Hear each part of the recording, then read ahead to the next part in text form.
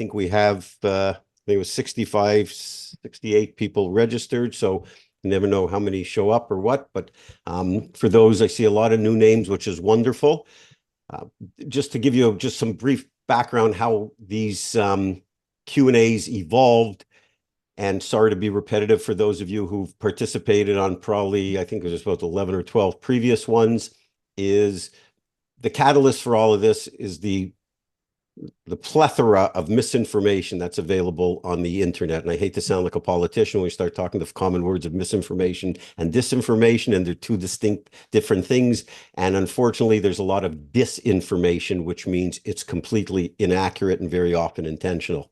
And so what has happened in this, the internet and social media have been a big boon to buying businesses in a lot of ways, as far as access to businesses listed for sale and information. The flip side of that is there's just way too much bad information, inaccurate information, misleading information.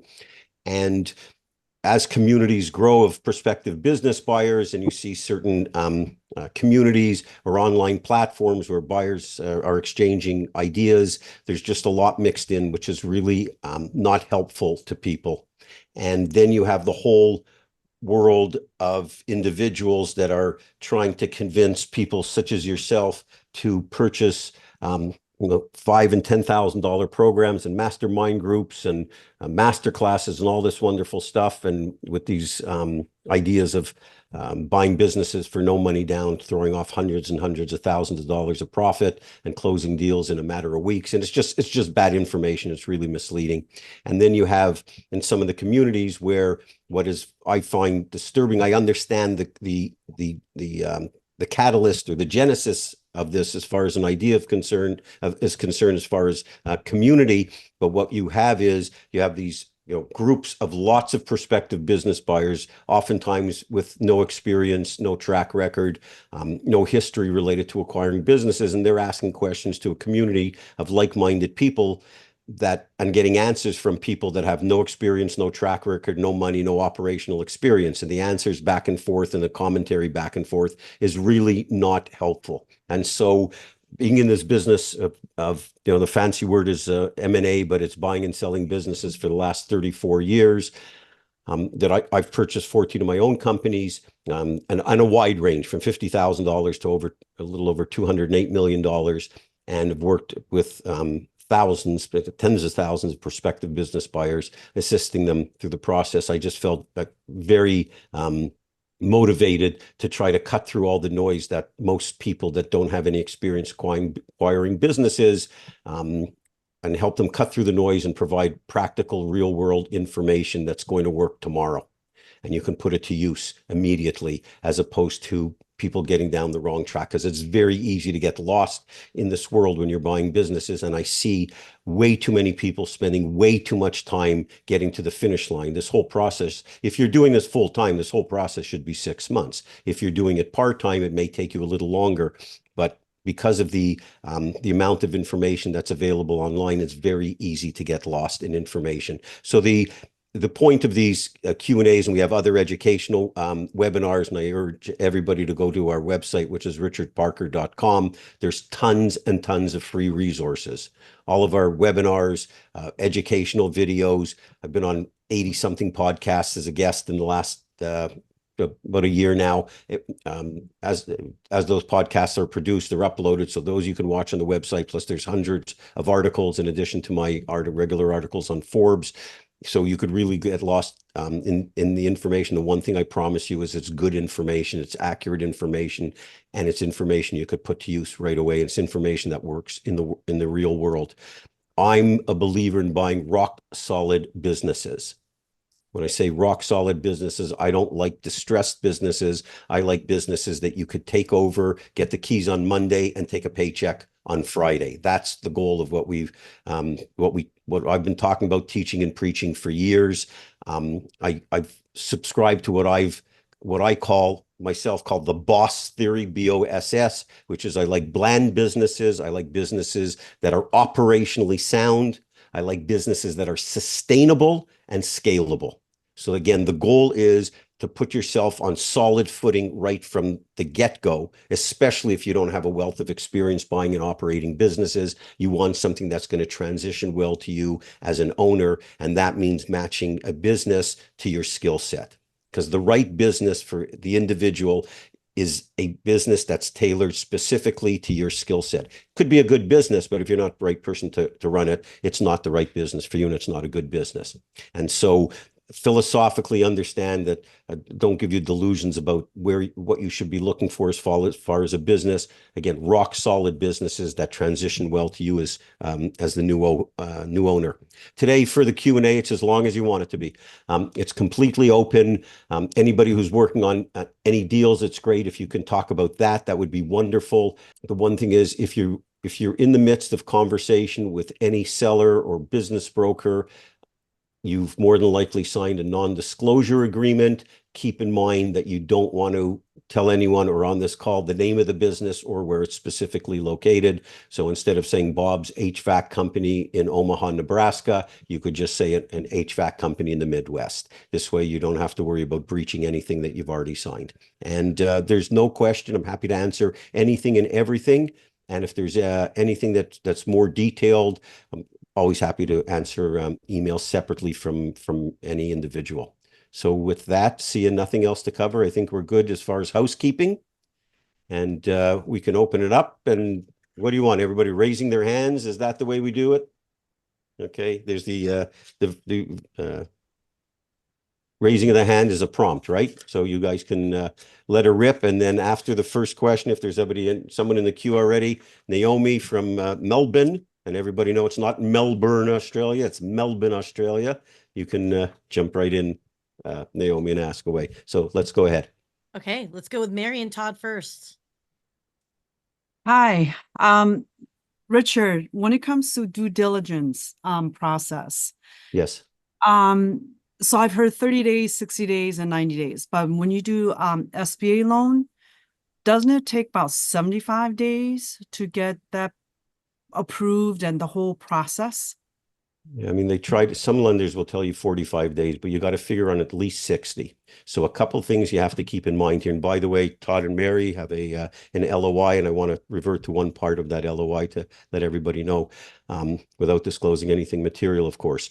So here's the most important, one of the most important things that you need to have in your LOI when you're going through SBA or any third-party financing is you include a financing contingency, meaning that the deal is subject to you obtaining financing on terms that are acceptable to you. As such, it puts the seller on notice that the guidelines that the lender has in place, such as timing, are going to prevail. At the beginning, you should get an indication from your lender of approximately how long it's going to take from beginning to end, and they usually based it on assuming they have all the documentation.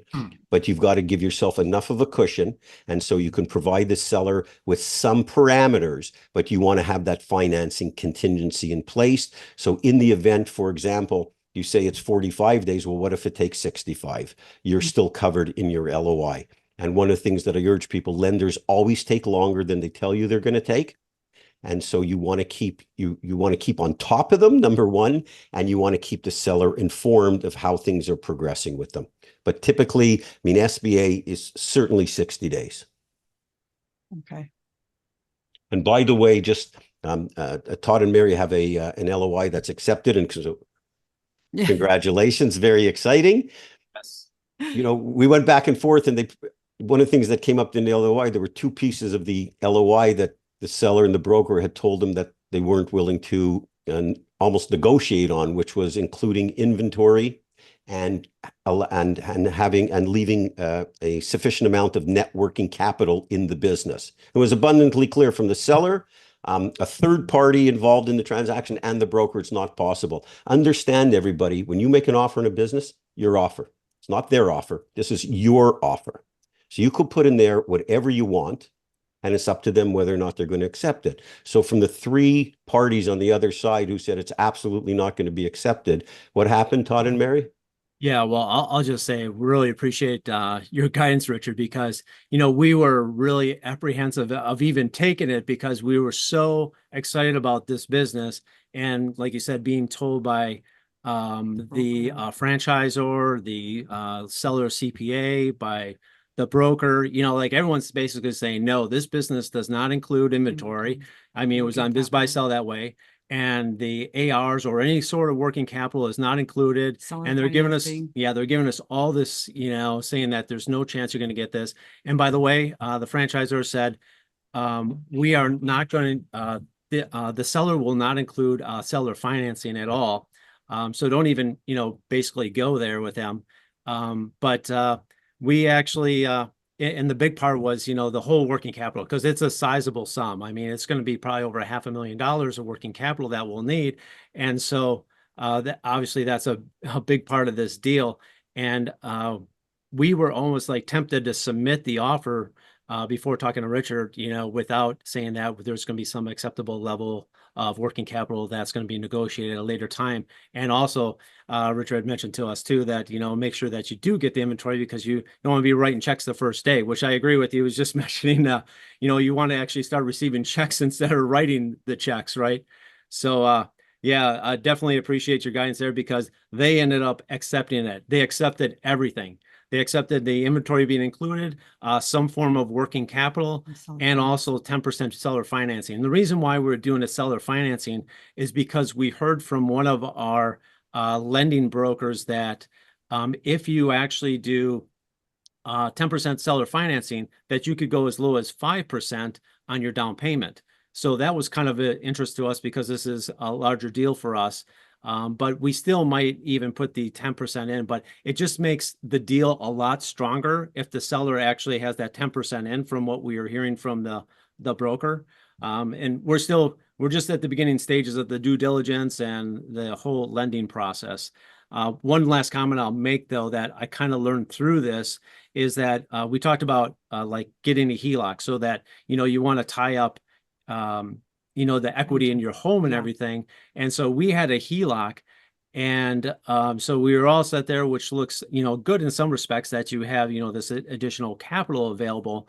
But where it kind of messed us up, and I'm just mentioning this if anyone ends up doing this, because we just bought a property like a year ago, and I put a HELOC on top of it. Well, the interest rates dropped. So before you can actually refinance, you have to take off the HELOC. So now that reduces your credit. So we had like 2% of our credit use, and that bumped it up to 5%. And so that affected our credit rating. Not only did that knock us down, but the whole refinance was like, that was another hit to my credit rating. So that dropped it down further.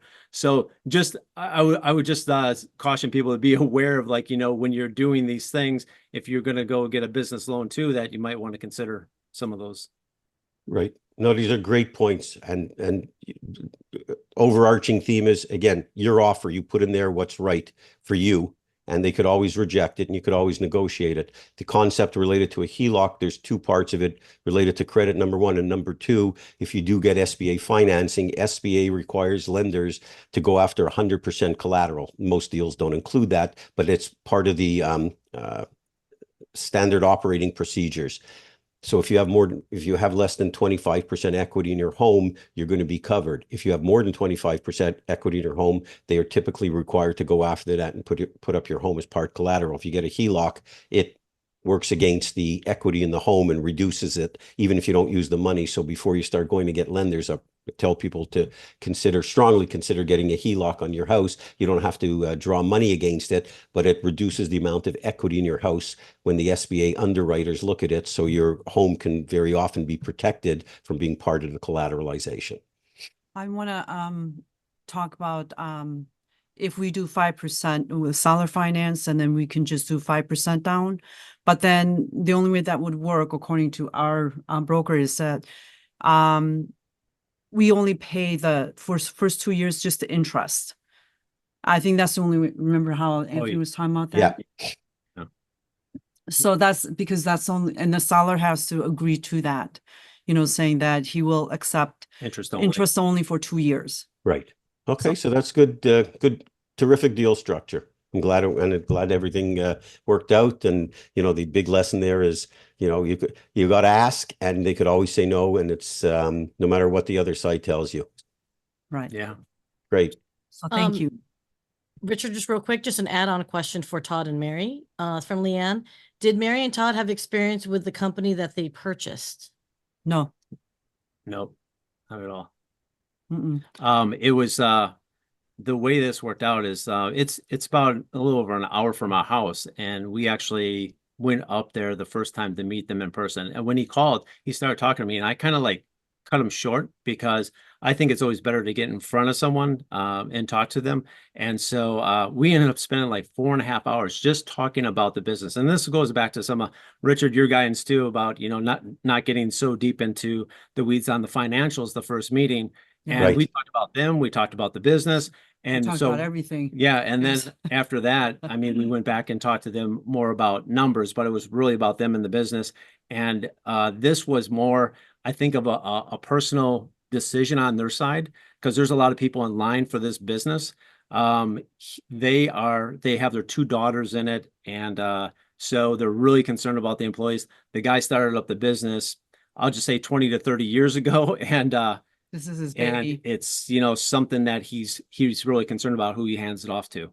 Yeah, no, it's great. I mean, you handled it very, very well. It's a, great story so far. A lot of work to be done. And I think Leanne asked that question. We can talk about, and you could certainly bring up this idea of whether or not the industry, if you're familiar with the business, or how you came about owning, coming in contact with them, and some of the different ways that our clients end up finding some of these businesses. Very often, more often than not, when you look at all the data, and we've got buyer data going back 24 years now. The vast majority, it's well over 70%, acquire a business in an industry that they've had no exposure to before. Yeah. Richard, can I ask you one more thing? So I was reading your large book, your thing. You said chapter 16 that you shouldn't give the LOI to the sellers personally, right? We did that. We gave them so I mean that was a bad thing. I didn't Well, it wasn't bad because it worked out okay. yeah, because we actually had dinner with them and for 3 hours, and then at the end because we had 2 offers, and one with a seller finance and the other one wasn't, and he said he would sign whatever He signed we both. needed. Yeah, he signed both. Yeah. So the point being is when there's third party involved, and the reason for that is outlined in the course. When Todd and Mary referred to our course, we have a course called How to Buy a Good Business at Great Price. There's a lot of you on the call who follow it. The idea is that when there's a broker involved or third party involved, and you have another representative involved, it's proper protocol to submit the offer through the broker, unless they tell you otherwise. That being said, it's critical to establish a relationship with a seller. You want to keep that going, and establish that meaningful relationship. So if they do tell you they want the LOI, that's fine. Normal protocol is it goes through the broker, but there's no harm done at all. Okay. All right, Miss Sia, who's up next on the Price is Right showcase? That would be Mr. Gabe. Come on Hi, down. Gabe. Hi, Richard. How you doing today? I see you. Great. How are you? Nice to I'm see you. great. Great. Yeah, just running from class, but I'm here now. Yeah, my question was, can you use the assets of the business as collateral or no? 100%. You So could? here's the way it works. Now I'm going to answer this in 2 parts. One is seller financing, and 91% of our client deals involve seller financing. If there's no third party financing, but all seller financing. Okay. So a down payment and seller financing, the assets of the business act as the seller's collateral. When you do a seller note, any note that you sign for anything pretty much in your whole life is going to include a personal guarantee, by and large. But the difference is whether or not you pledge personal collateral, because a personal guarantee is a signature. With a seller note, it's a personal guarantee with no pledged personal collateral. The assets of the business act as the seller note's collateral. When you go through a third-party lender, institution, bank, possibly even investor, more often than not, they're going to request personal collateral. You don't always have to provide it. SBA loans clearly provide it wherever possible, as I talked about earlier. So one of the things is a lot of people get panic stricken at the thought of putting up their house and other personal collateral. And I get that completely. So the argument would be, well, if you want to be an entrepreneur, you got to take risks. That's easy to say. What you want to do is in situations where there's personal collateralization involved, even if it's a non-SBA type of commercial loan, is you can negotiate for the personal collateral to drop off after a period of time of servicing the note, meaning you have a loan that's non-SBA with an investment group or with a commercial bank. You can negotiate that as long as you make the payments in a timely manner for X period of time, usually 24 or 36 months, the personal collateral can drop off, or if the business achieves a certain level of profitability. So keep that in mind.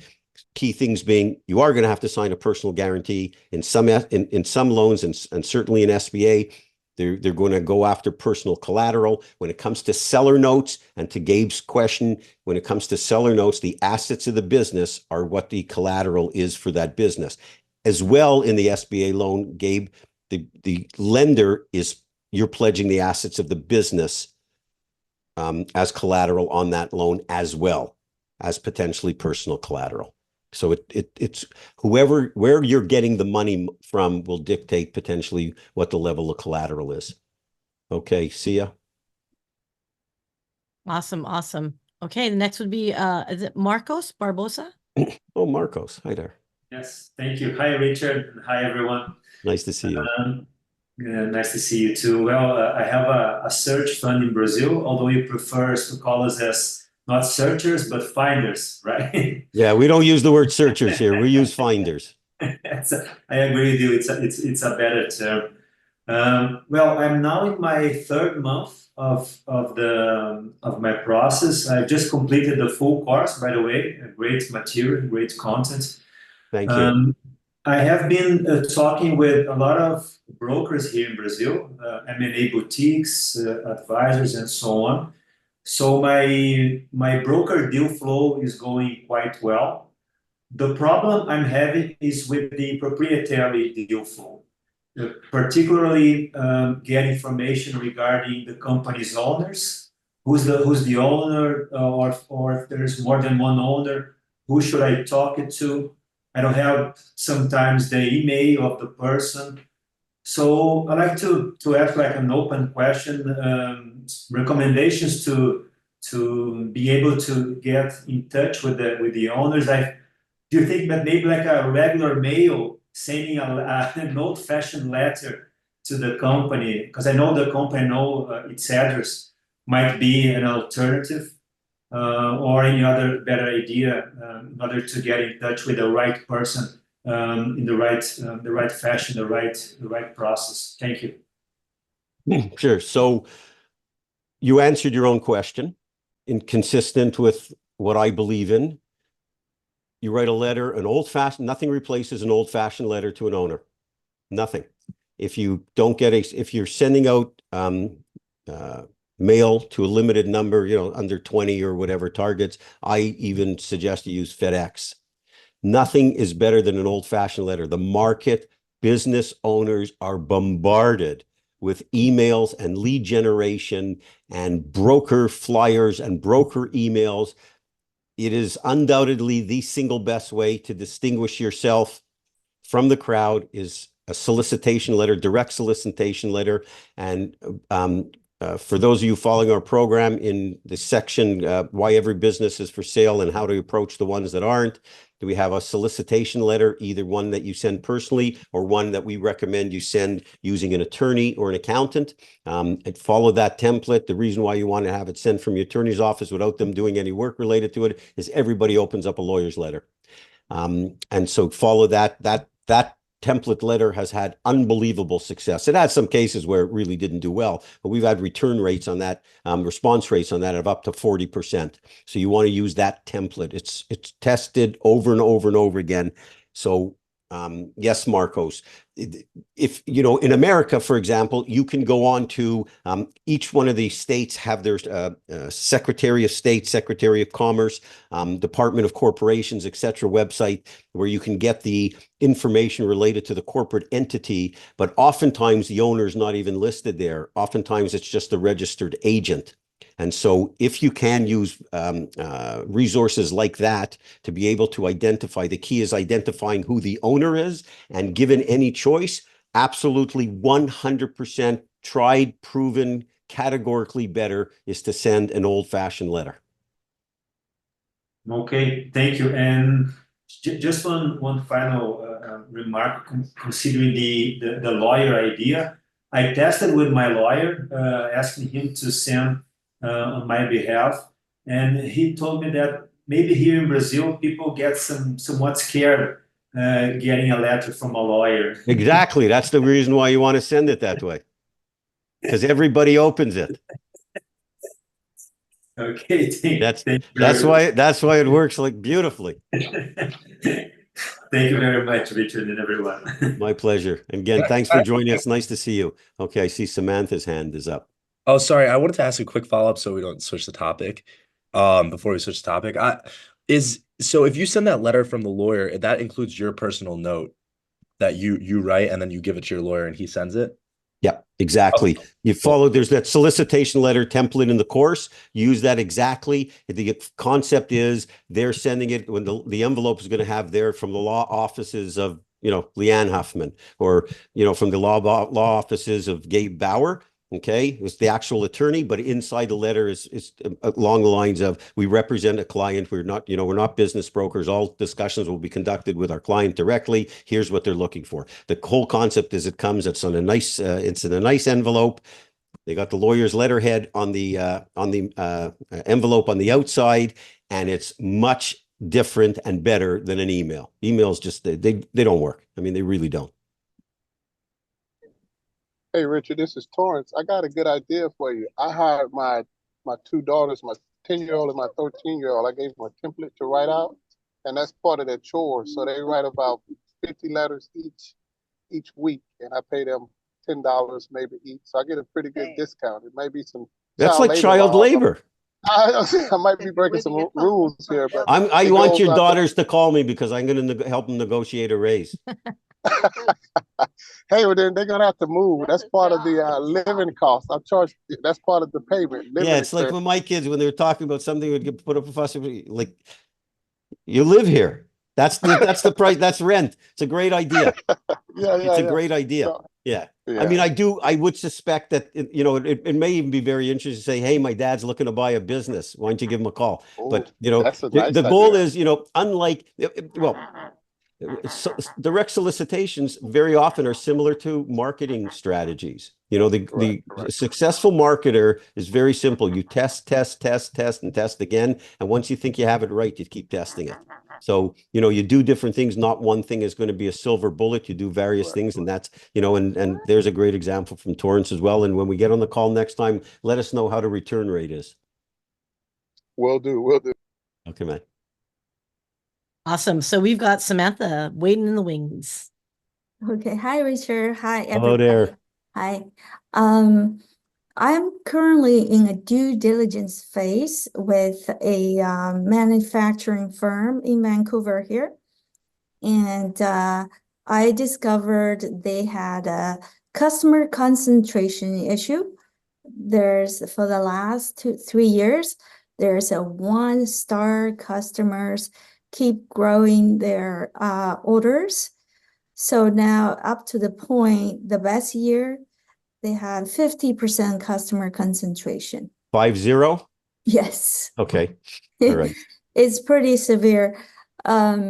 So what I did is I just wonder, how do I restructure this deal?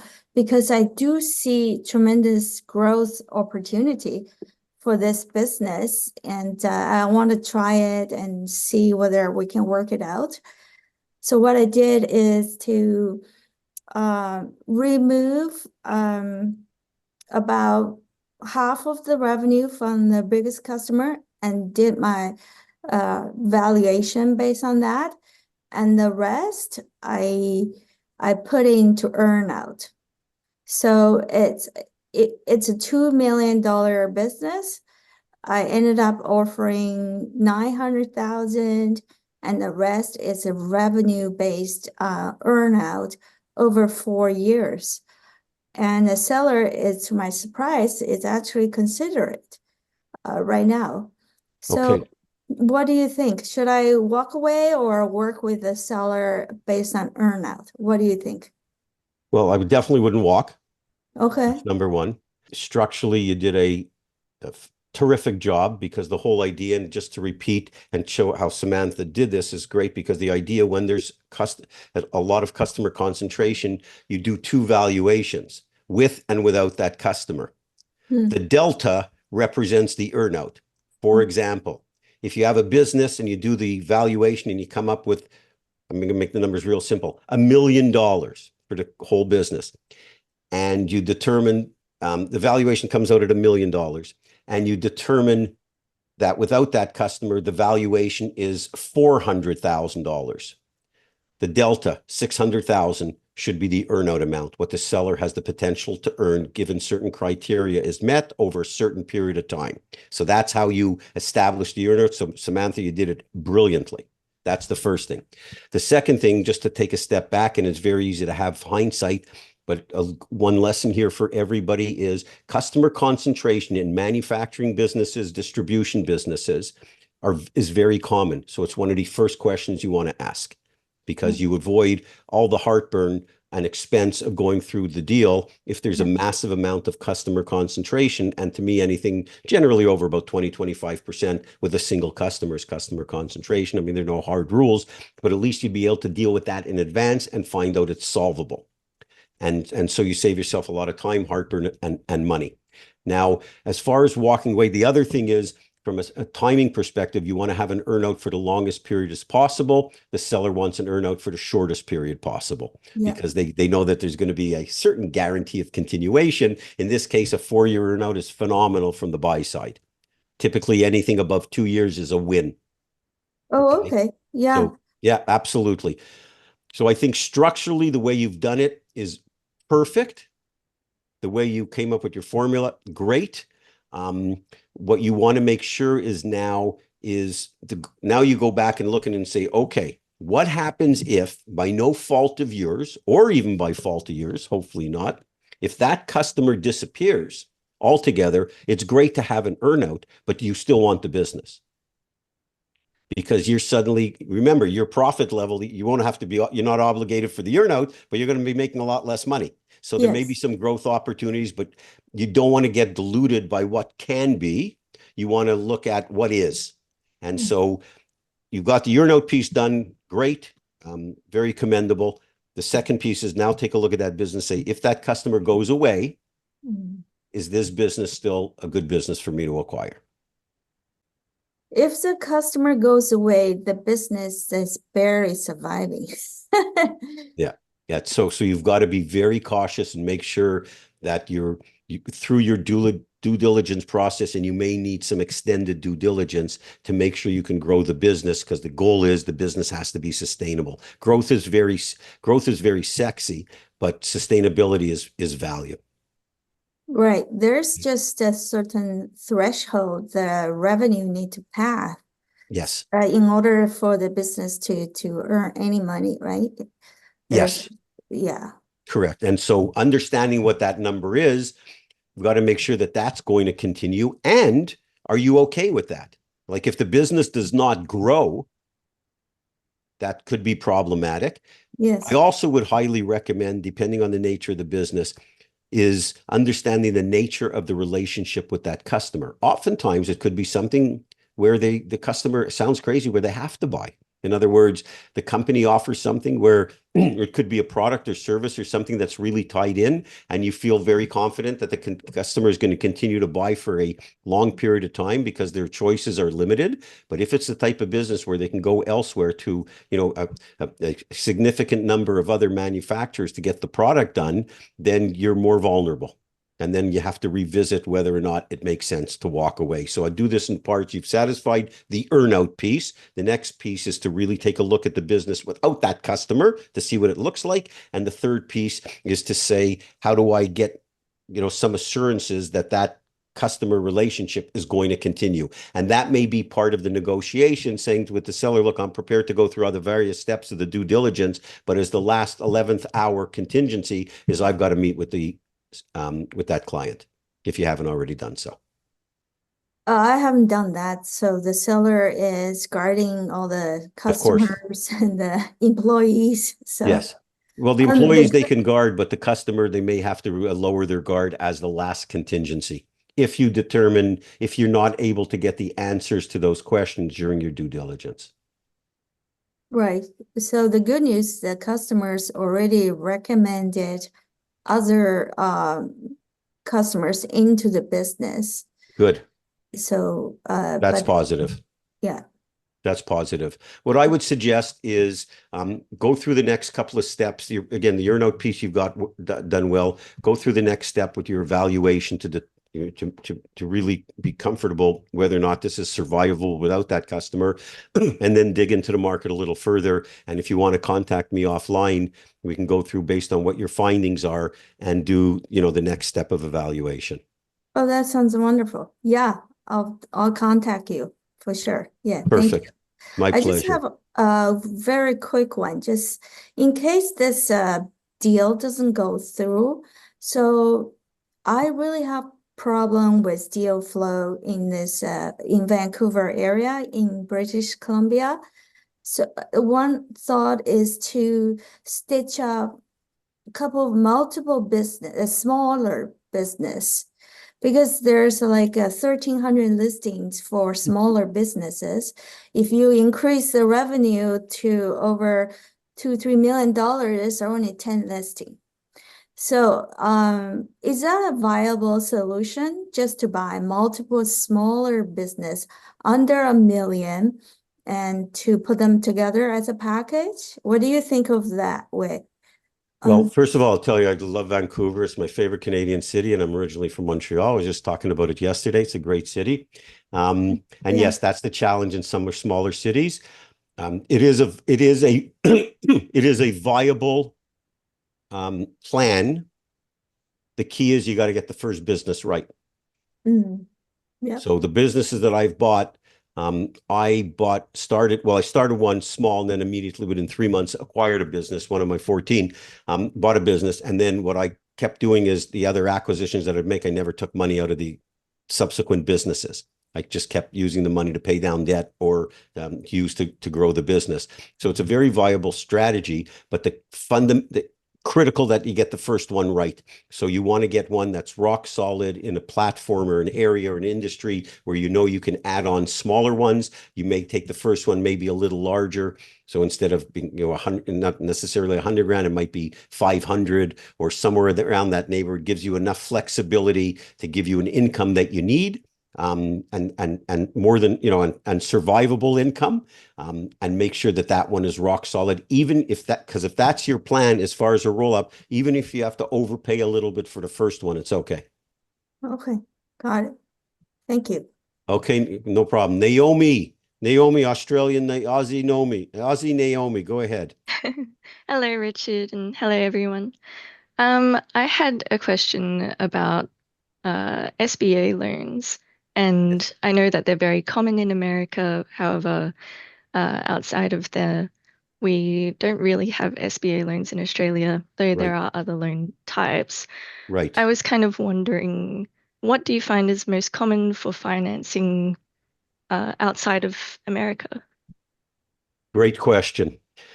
See, we're very blessed in the United States at small business to have SBA loans. The most common one is commercial lending in Australia.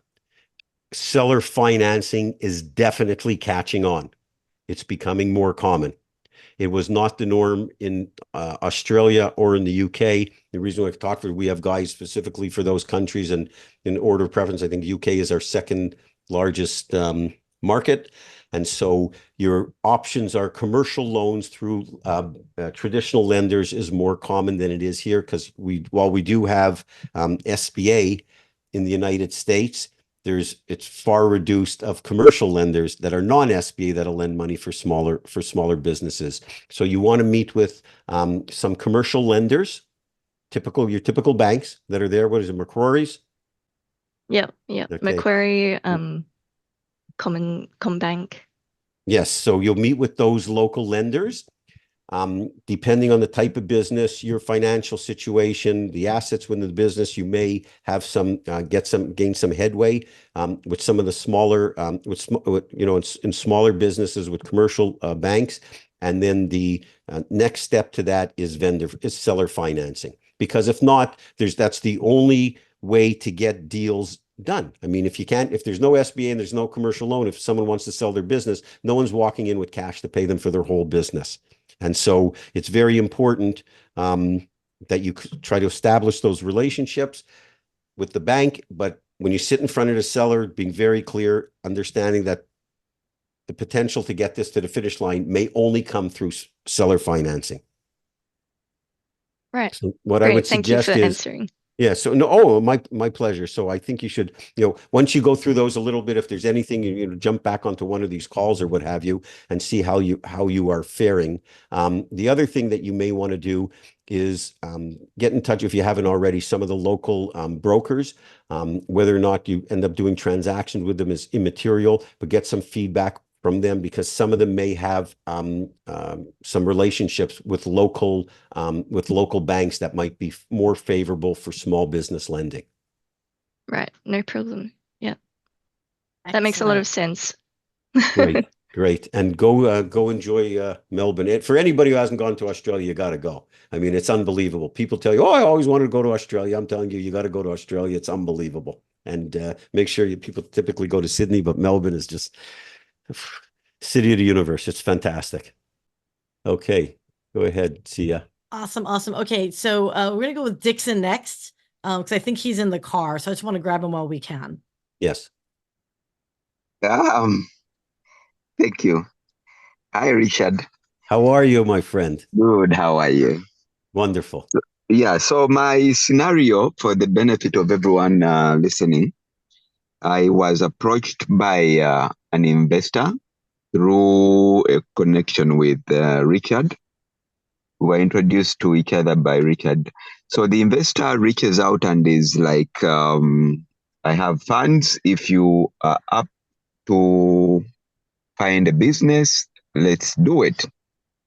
So I start the process. Now, of course, it's a learning experience. The whole 500-page book is talking about you searching. It's a two-people transaction, buyer, seller. But now there is, it's not a bank, but it's actually an investor with interests, which are close to the sellers as opposed to just banking. Right. So a number of issues come up. One is, and you've given some feelers about it. What are the interests of this investor? Is it just finance? Is it like a financial transaction, or is it a strategic where they have particular interests? Because they said go look. Then of course, they didn't give an idea on a cap, financial cap. So they said, look, let's see what we get, and then we can talk about financing. Right. So I'm out looking. Now, the other question is, how many LOIs can we put out at any one particular point? So you go out, look at an opportunity, it looks interesting, you put in an LOI, or you work on an LOI. Do we keep looking, or do we focus on this until it closes? Okay, so there's a couple of great questions. I will tell anybody who hasn't seen the video that I made with Dixon Dixon Kwasiga, who's in Toronto, who's an immigrant to Canada from Uganda. I I urge you to go to the YouTube channel and watch my interview with him because it is the greatest, except for the fact that I'm on there. I promise you, it's the greatest video you'll see about entrepreneurship. It's actually chilling. So every time I speak to Dixon, I get the chills because I love his story, and I really urge you to go and listen to it. It's just, I'm not going to ruin any thunder. It's phenomenal. Okay. And it's really motivating. So I urge you to take the hour and watch it because it's just like real feel good. It's phenomenal. Okay. Thank you. Now, You're so kind. it's my pleasure. So now introduce Dixon to an investor in Canada, and it's a terrific opportunity for Dixon because this is a really well-known individual, good group, what have you. There's certain things that they lack, but that's immaterial at this point. But one of the points that was brought up is related to the investor agenda. What are they really looking for? And this is very important for anybody who's considering going out and getting money from the investment community, not from a traditional bank, looking for investors. You've got to get aligned with your investors. Meaning, what is the investor looking at? Because what you don't want to do is keep going to them with deals and telling you, nah, it's not for us. Nah, it's not for us. So while it can't be perfect or flawless what their criteria is, they can give you some really good parameters. So you make sure that there's an alignment between what you're looking for, what you want, and what they're going to potentially invest in. They don't give you a guarantee, but at least a general alignment. We're looking for businesses that, X number of years of growth in maybe certain categories, or we don't want it in certain categories. We want to know that there's, opportunities for scale, for exit. Maybe it's certain things like they might say, like to even using Samantha's example, no customer concentration, or they only want to have B2B businesses, whatever those bullet points are. And to also understand, what is your goal, Mr. or Mrs. Investor? Are you looking to invest and hold? Do you want to, is your goal to ramp this up similar to a PE firm over the course of the next few years and then exit? So it's an alignment of vision, which is really important, just so you have a good understanding. That's number one. So hopefully that addresses the first part of the question. The second one is related to LOIs. Until you start getting into due diligence, heavy due diligence with a business, you keep looking, as far as I'm concerned. Okay. In the small business category, 50% of the deals fall apart in due diligence. And I'm not just pulling figures out of my rear end. I'm telling you, this is from 30 years of doing these transactions and thousands of data points typically from business brokers. 50% of the deals fall apart in due diligence because the financials never meet or match up with what's been represented on the sites like the biz buy sells of the world. Okay. So until you get into the heavy due diligence and you're spending money on accountants, attorneys, or whatever, keep looking. You put in an LOI. There's nothing wrong with having a couple of LOIs out there. You just don't ever want to be misleading. So you don't want to have two signed LOIs. Don't ever do that, because then you're misleading one of the two. But as far as negotiating them, and until you get into due diligence, there's nothing wrong with having multiple ones. And certainly while you're in the throes, while you're negotiating an LOI of a particular business, if there's other opportunities that are of interest to you, keep moving those balls forward. Until you have a signed LOI, and even an LOI doesn't mean much. I have one of the standard questions that came up this week or last week with someone who couldn't be on today's call. We're going to talk about binding effective LOIs. But yes, absolutely keep looking until you get into, hunker down into due diligence. You keep looking. Thank you so much. That's my pleasure. Wonderful to see you. Even though it's just a picture of your good-looking face. You're not live and in person, but again, wonderful to have you, Dixon. Thank you. And for those that, if you are curious, I did add the link into the comments and chat there. So give it a like and subscribe, or give it a like and a comment. Give it a like. Everybody wants likes. Give it a like. All right. So, Mary Todd, I see your hands are up. I'm just going to throw this out because I see some new faces. For anyone that might be slightly gun shy or anyone that has a question, I want to give you the opportunity. Otherwise, we'll hand it to Mary and Todd. But I definitely want you guys to This is your Q&A just as much as everybody else's Q&A. Todd and Mary, let her rip. Yeah, I just had a question going back to Samantha's deal. She had talked about earnout, and I think it was like a 4-year sort of earnout. But I was just kind of wondering, what are the metrics that that's based on in her deal, and then what, Richard, would you recommend typically, or does it depend? I mean, is it like the amount of net profit? Is it top line revenue? What are the metrics that the earnout should be based on? On that, the key with an earnout is to identify the single biggest pain point related to why you have an earnout altogether. Is it related to revenue? Is it related to semantic retention of a client? Is it related to gross margin?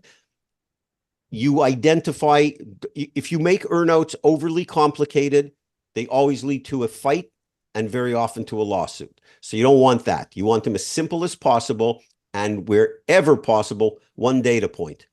It's the easiest thing to measure on an ongoing basis as well. Could be revenues, could be profit, could be retention of a client. So that generally it's revenue. If it's related to gross, to net earnings, for example, or based upon what you bought the business, the adjusted earnings, then you need to have a formula in place, contracted, and saying, here's the formula that we are going to use on an ongoing basis to calculate the earnings. So you want it as clear as possible. The simpler the earnout, as far as measurement is concerned, the more effective. So like in her case, as far as the client concentration and that one client staying on board, let's say that the previous year or previous 3 years averaged out to like, $300,000. Do you say that, unless this client, brings in at least 200,000, is that like the metric, or how do you? Okay. So you want to try to avoid all or nothing. So if the earnout, for example, is based on $1 million, that client is generating $1 million in revenue, well, and you tie, as long as they continue to generate the million, you're going to get X. Let's call it 500,000, whatever. You can have a sliding scale. So saying if they earn 800,000, you get the earnout percentage less 20%. If it's 600,000, it's the earnout percentage less 40%. You should have a cliff. Okay, meaning, well, if they generate less than $500,000, there's no earnout. So a sliding scale is good, a cliff is good. Now, if I'm a seller, if it's too long of an earnout, I'm going to go to you and say, well, what if the business has increased? You should pay me more. Buyers typically push back in that, but sometimes you have to agree if the earnout is important enough, and if the upside is that significant, then that's okay too. So a sliding scale. Key things here to remember: sliding scale, a cliff is good at a low number, and so not all or nothing, and easy measurement, easy metrics. Okay, that's helpful. Thanks. Okay, I saw a question in the chat from Leanne. I think, is that correct, Leanne? Thumbs up, or maybe you can read that off, or take off your mic if you're comfy with that. Richard, my question to you is that you mentioned you've owned 14 businesses, owned 14 businesses. Did you have a background and experience with those businesses, the types of businesses that you purchased? The first one I started, and it was directly related to what I was previously doing. It was a manufacturing agent business, and I actually took the line from they granted it to me from the company that I was working for as a VP of sales. Subsequent to that, when I go through with them, no, they were ancillary businesses, no experience in those industries, but they were related. So, for example, the first few that I acquired were additional services or product that I could add on to my then existing business to sell to the same group of customers. I was selling to mass merchants, large retailers in Canada. But my most significant early acquisition was I bought a retail merchandising company, which in Canada, you have less people at store level helping out. So this company sent in their own team into the retail stores like the Walmarts or the Targets of the world to make sure that the inventory that for the manufacturer that they were representing was properly placed on the floor. If there were any advertising events, they brought it up from the back room, displayed the goods. That was an industry I had absolutely zero experience in, but it was It was related to what I was doing. I've bought businesses in legal document preparation that I had absolutely no experience. I bought a Hong Kong trading company, which I had absolutely no experience, except I was using a Hong Kong trading company in my existing business, but I had no idea how to run it. But it was a good add-on to what I was doing. I bought a wrought iron manufacturing company, and it was a terrible mistake. And the reason being is I thought that business, they made spectacular product, spectacular, high-end, beautiful product. But there was a bunch of iron workers, wonderful people. They never got out of they really didn't get out of their shop. They manufactured the goods and they installed it, and that was the end of the someone wanted a quote. They went out, gave them a quote, and they manufactured and installed it. I had thought that, they do no marketing, no sales, nothing, no outreach. And that's what I believe is my best skill set is sales and marketing. He said, hey, if I can build a bit of a sales force around this team, it will really, really be successful. Right? That was my concept about building the business. I was dead wrong, because the entire success of that business is built on the caliber of the workmanship and the reputation of the workmanship. And it was really word of mouth. And so I could never, no matter what I tried to employ sales and marketing wise, it just didn't work at all. At all.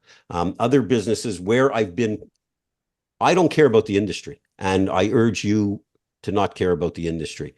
Don't worry about where you've been experienced. Experience is completely different than expertise. If you go back and watch the first video related to buying the right business, everything is related to what your top skill set is. Whatever you do best has to be the single most important driving factor, the revenue and profits of any business you consider purchasing.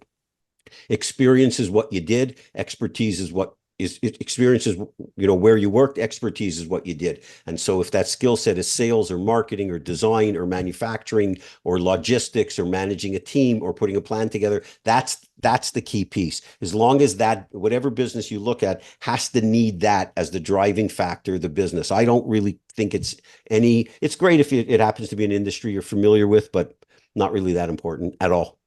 Did you lose money with that company? Oh yeah, all of it. Oh, Yeah, I mean, I wasn't.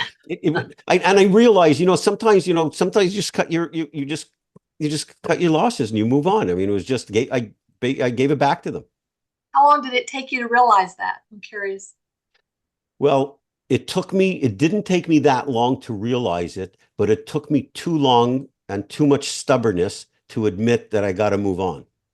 I was younger, and if I would have done that deal today, well, I wouldn't do that deal today, I'd like to think, but if I found myself in a similar situation today, I would recognize getting out earlier.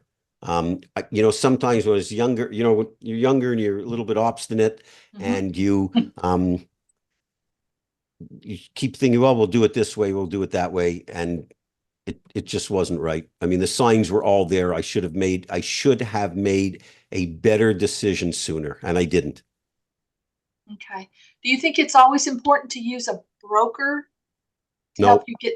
Okay. Okay. Well, And I'm that's not saying I like- do investment banking, but it's a fancy word for brokerage. So I'm not saying anything disparaging. It's not a requirement. In certain states where you do have cooperation, meaning brokers co-broke, similar to what they do in real estate, there's only 17 or 18 states that do that. In those particular locations, it can help and facilitate getting you access to businesses for sale. But brokers do three things: access to businesses for sale. They can be a buffer between you and the seller and deliver bad news. And they've done it before, so they know what it takes to get to the finish line. But they don't represent you. They represent the seller or the deal. So they are one of the potential sources, but it's not critical. And if you're in a state where they don't cooperate, you just, you deal with a case by case basis, but it is not fundamental. By no way. It shouldn't, not using a broker should absolutely never hinder this process in any way whatsoever. Okay. Zero. Earlier, you mentioned 6 months as, I guess, is your average for the business acquisition. Yes. Is that the norm? I mean, sometimes I'm sure it takes longer. Yep. Yep, certainly. If you're doing this full time, you're broken down as follow. The search should take you 4 months, a month to negotiate, and a month to close, due diligence and closing. Within those, there's a couple of double clicks though to be very aware of. And again, the data points are based on a lot of data points. You need to meet 40 sellers. 40 sellers equals 4 LOIs, one being successful. So a couple things that are really important here to pick out. You can't buy a business online. You can't just go listing to listing, clicking and looking for the next one. You've got to meet sellers. At the beginning, and I think one of our first educational webinars is related to the right business or the search. We walk you through the process. At the beginning, you're looking at a funnel. You don't know what business is right for you. And so you've just got to go meet with a bunch of sellers and quantify businesses and look at as a widest variety as possible. Typically 4 categories of businesses like business services, manufacturing, whatever it may be of initial interest. And then you narrow it down to a type. But you've got to go meet with a lot of sellers and face-to-face, find out what they do every day, what some of the metrics are, whether or not you're suited to run that business, etc. And so you've got to have those, those in-face meetings, not just emails back and forth. And you cannot be afraid to make offers. The first one is you're going to want to. It's going to give you an unbelievable amount of heartburn, but you've got to get used to making offers. And so the first one is tough, but you've got to make offers.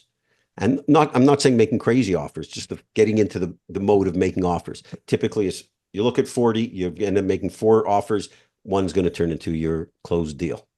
Okay. Are there any industries that are better to look at than others? When I say better, I mean quicker to close, maybe, more money down the road, I guess, profit. Right now in this economy, Okay, so I'll answer it a little bit of a roundabout way. I apologize, but what I would urge anyone to do, especially if this is new, this whole process, is stay away from hot industries. That's the most important thing. Right now, the hottest industries are home services, HVAC, plumbing, electrical, roofing businesses. The multiples have gone bonkers. Digitization businesses, multiples have gone bonkers. You want to stay away from that because you're not going to be able to compete with what's out there dollar-wise. And it'll become very, very frustrating. And so I'd stay away from the hot industries. Okay. Other than that, the key is to whittle it down to your skill set. And you'll be surprised how many industries that applies to. I understand people's concern related to economy and interest rates and what have you. You have to look past that. Obviously, if there's a business that's really vulnerable to swings in the economy, you have to be very mindful of that. Of course, as far as a recession-proof business is concerned, this guy I worked with a business broker. His name was Jerry Efros. He was a tail gunner in World War II. He's a beautiful guy, and he used to, when people say, "I want to buy a recession-proof business or perfect business," he used to tell them, "Buy a toll booth." Okay. Because other than that, every business is going to have its warts and it'll have its ups and its downs. But one thing to, raise a good point, when we're in tough economic times, you want to be able to understand how does the industry typically perform during those times? And as importantly, how does it come out of those times? Down times are always shorter than up times in an economy. It's just that down times are so darn painful for a lot of people. So you can stress test it by looking historically with data online, say, okay, maybe something crazy. You're going to buy a movie theater. I don't know, something crazy. Well, you can get enough data to find out how in past economic downturns, how they came out of it in subsequent years, how growth was.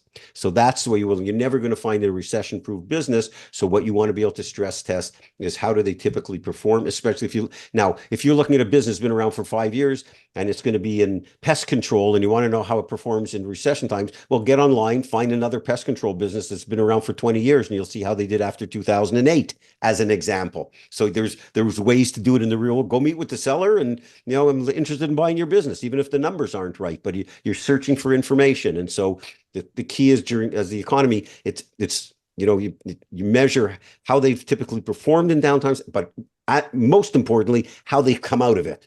because it's not going to be a long time. Okay. Thank you. That was great. I appreciate answering all my questions. Thank you. My pleasure. Awesome. We've got Bob very patiently waiting. Hey there. Hey, Richard. How you doing? I'm well. How are you? Fine, thanks. Doing Good. well. I'm up here in New Jersey. So Sorry to hear that. Yeah, thank you. Dreaming of the day when I can move south. Paradise, baby. So so question I have. So when you are, looking at like broker listings, or even initially talking to brokers, what do you think are some of the key things to kind of look out for as far as what they're publishing, what they're saying, like what might be some red flags, or what might be some good attributes to look out for and such? Okay. The the overarching theme is you listen to everything they say, and you believe nothing, because ultimately you want to get into that engagement with the seller. For my own personal rules, I have my 5 golden rules that I look for in a business. I don't know at the beginning whether or not it satisfies them, whether or not, it's sales and marketing driven. I like ones that have high gross margins, demand is in place, an element of exclusivity, and they don't compete on price. And we talk about those extensively in the course. So if you can do those at the beginning, really important, and certainly the 10 commandments that we talk about. I like to see consistency. So at the initial look, I want to see over the last couple of years, is there at least some consistency? I don't want wild swings. Okay. Depending if it's manufacturing or if it's distribution, I will always ask the Samantha Williams question, whether or not that, if there's any customer concentration issues. I do want to know, for example, the condition of the books and records. Why are they selling? Right. Everyone always has an interesting reason as to why they're selling. Yeah, and the one question that I never the other interest. I mean, that always concerns me when they say like I have other interests. It's like, well, is that just a red flag because this business isn't doing well and you're trying to unload it from your portfolio or Oh, absolutely. I never ask the question, what is the growth potential? Yeah. The reason being is because you're going to get a full of crap answer every time, no matter what. They're going to tell you, the broker is going to tell you, it's incredible. It's ready to launch, right? The seller is going to tell you, well, the right person who comes in here, with the right energy and applies some of these things, there's no limit to the upside. So I pay no attention. The 2 things that I don't pay attention to, I never pay attention to their answer on growth, and I never pay attention to the asking price. Okay. So at all, I don't care. And I don't pay attention to the terms. If they say absolutely no seller financing, it doesn't matter. Yeah. That's all negotiable nonsense. Big red flags though, getting back to the original question for me are condition is the books of records, some element of stability. I don't like concentration, but it depends on the type of industry and whether or not, like in Samantha, if they have a very exclusive product that could bind them there. And I also very much try to keep a real open mind. The earlier in the process you are, the more open-minded you need to be, because this is very much an educational piece. And so if you set up too many bullet points for what it might have in place, you're going to rule out, first of all, too many opportunities and too much learning experience. Right. And what do you think would be, what's an acceptable time frame of looking back at records and books? 3 years. 3 years, that's it? Not Well, 7? if you have longer, 10? great. But you want to look at least 3 years. Like, when someone tells you, I'm not going to buy a business that hasn't been around for at least 10 years. Well, who cares? I mean, 5 years, in business is a good thing because they've gone past the big startup fall off. But, you want to look at 3 years of numbers. I mean, going back further than that, I mean, if there's been a big drop off, if the business is declining, you'll see it over the last 3 years. So to me, at a minimum, you really want to have 3 years. Now, are there exceptions to the case? Of course, depending on your nature. If there's a business that meets perfectly with your skill set, you may even have some experience to it, and it may be in business less than that. But if they don't have, for you to do your initial assessment, is you want 3 completed periods plus the current period. Okay. So, yep, got it. And then final question I got is, aside from, leveraging your lawyer to send a letter to the some of these companies that you're interested in, what might be some other good ways to engage with sellers, and even companies that may not even be listed, or they may not even be known that they're for sale, but you're interested in looking at them, or at least trying to engage with them to get a conversation going. The bad news, folks, is that deal flow is a problem whether you're not buying a dry cleaner on Main Street or a billion-dollar company. So anybody who tells you that you're going to create this massive, insane deal flow of quality companies, it's not easy. That's why it takes 80% of the time associated with buying a business. So the key is, it's the proverbial throwing a lot of stuff at the wall. You got to use everything. Direct solicitations. You may want to test emails. You look at the businessesforsale.com. If you are doing this full time, you get onto the mountaintops and you scream that you're doing this. You tell everybody at every opportunity that you're looking to buy a business. Every business that you go into, any conversation that you have with people, you go into your local dry cleaner. Even if you're looking to buy a distribution business, you have a conversation, you're looking to buy a business, because you never know who knows who. I've had the craziest deals come out of the woodwork from people in conversations, one through a stroll in a strip plaza. And I've told this story before, so I won't bore people with it, but walking through a strip plaza after my father passed away, and I was just taking a break. It was a weird time for me. And ended up seeing some activity at the end of the strip plaza, and ended up meeting with one guy who met with his father, and we subsequently made an acquisition. It comes from the craziest places, so you get the word out to as many people in as many places as often as possible. Scream it from the mountaintops. If you're doing this part-time and working for somebody, it becomes a little more difficult. You might have to do it a little more covertly, but at every opportunity. Network groups, if somebody knows a business owner, and they ask them if they can invite you to at least one chamber of commerce meeting, accountants, attorneys, financial planners, everybody and everyone, and existing business owners. If you finally narrow it down and think that you want to buy a durable medical equipment manufacturer, just find out all of them in the area, either write letters, go and visit them. It may not be there, but oftentimes they know someone who knows somebody. Trade associations, their websites, they very often list businesses for sale. So, the guiding principle here is the beginning. This is a massive shotgun approach that you're ultimately going to try to get down to a laser beam. Okay, got it. Appreciate it. Thank you. My pleasure. Hey, we've got Samantha. Hi, Richard. Since Hi I got there. here, I got two more questions. Sure. So speaking of multiple LOI, I'm working on another one just as a backup. This business is distribution for food. Okay. And it's definitely recession proof. It went through COVID without any issues. However, for distribution business, the margins are really, really low. Yep. So how do you think about this? Is that going to be difficult to operate? Because you're constantly under the pressure. Yes. Tight margins. Yeah. Do you, what's your take on this business? Then I have another question, because the problem of deal flow. So I'm wondering your take on, as a Canadian, do you recommend buying an online business from United States?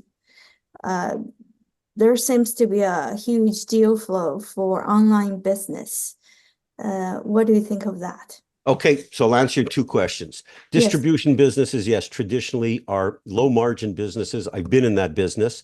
The key to that business is as follows. Once you, of course, understand the business, the key to that business to understand that you have a pipeline. You're in the pipeline business. Let me explain. Your pipeline is your customer base.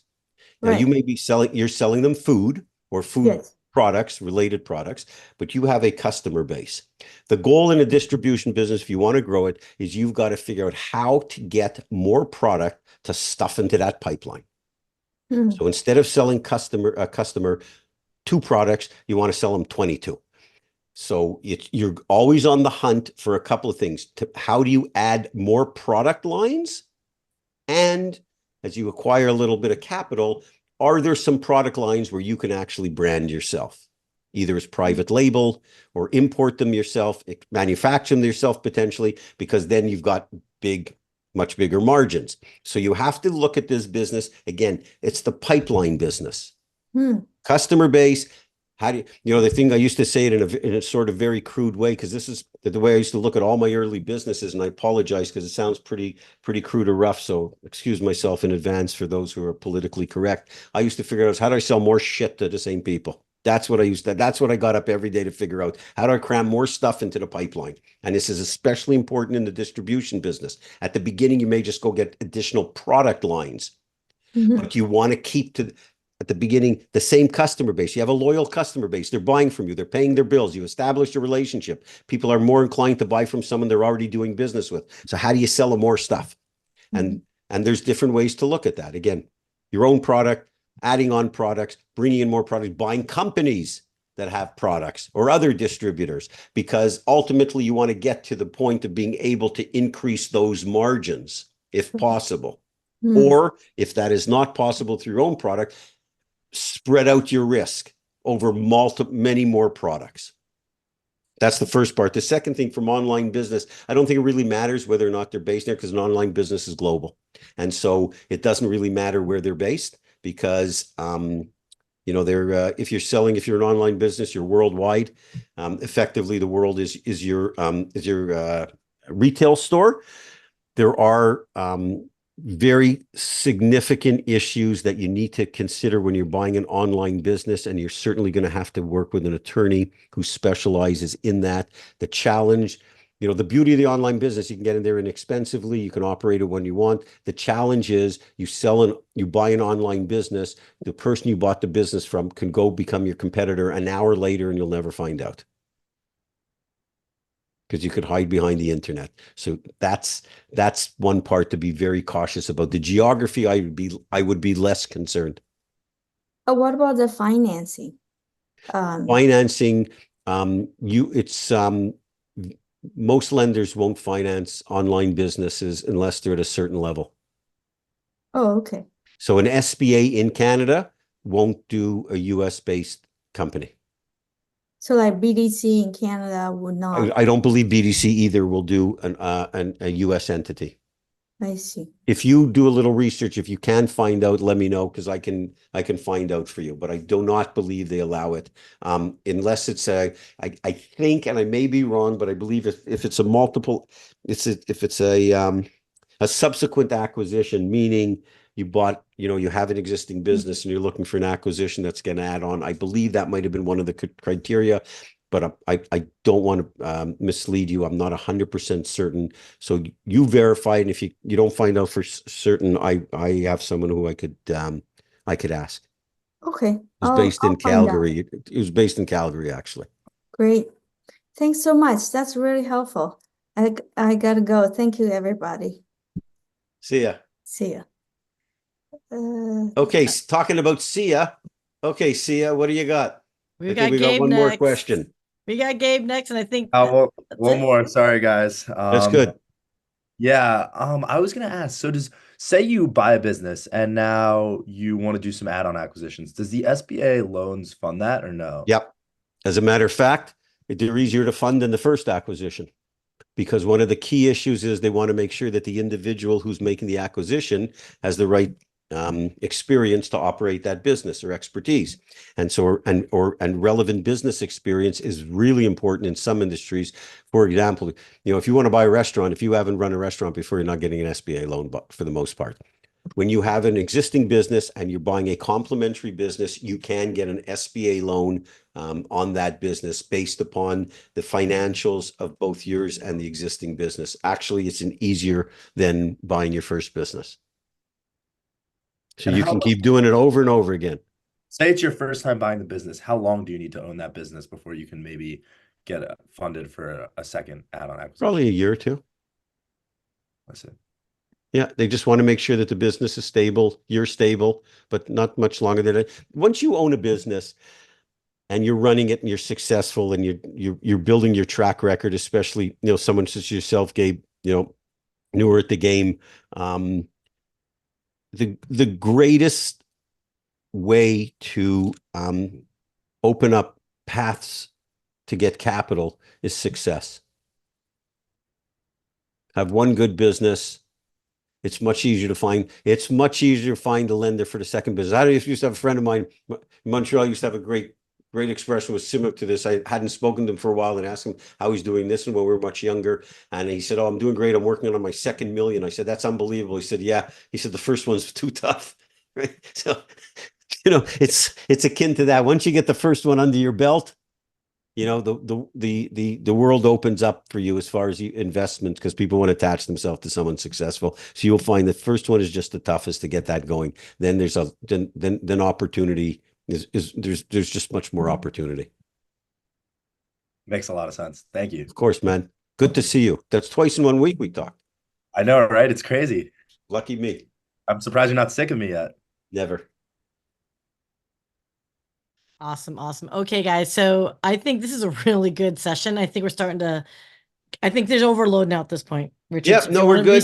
Reschedule more. We can always schedule more. Yeah, good. Thank you, everyone, for joining in, and I wish you continued success. For those of you that are new, go to the website richardparker.com. A lot of good articles and great information. For those of you that follow our material, you can you know what I'm talking about there. You can find it on there as well under courses. Find it very helpful, and of course, you need anything, you always let me know whenever you have any questions. And it's good to see everybody. And Todd and Mary, get going. You're close now. You could smell it. Oh yeah, very excited. Perfect. Hold on. I think we have one more question. Kunle, is that the proper pronunciation? No, it was just a thumbs up of a thank you. Oh, thumbs up. Perfect. I'm not an emoji guy. I've never sent an emoji in my life, so I don't even recognize them. Awesome. See you later, everybody.